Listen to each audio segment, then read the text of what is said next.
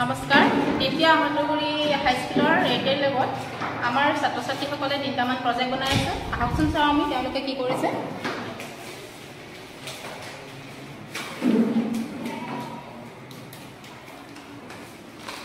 আমাৰ প্ৰথম গ্ৰুপৰ ষ্টুডেণ্টসকলে ড্ৰোনখন ফিট কৰিছে ড্ৰোনখন বনাই আছে তেওঁলোকে ইয়াত ব্যৱহৃত বস্তুবিলাকৰ নাম কোৱাটো বেটাৰী আৰ্ডিনো UNO তাৰপিছত ৱায়াৰ এইটো ওপৰত আছে বৈকুণ্ঠ ফুকন মুস্কান বেগম আৰু দুলুমণি শইকীয়া নেক্সট আমাৰ দ্বিতীয়টো প্ৰজেক্ট বনাই আছে ব্লুটুথৰ RC কাৰ এখন বৈকুণ্ঠ ফুকন আৰু সমীৰণ দৰাৰ তেওঁলোকৰ ব্যৱহৃত বস্তুৰ যিখিনি এছ'চিয়েটছ লাগিছে তেওঁলোকে কৈ দিব কোৱা আৰ্ডিনো UNO RT আছে তাৰপৰা Bluetooth module AC05 battery 3.7 to 11.1 volt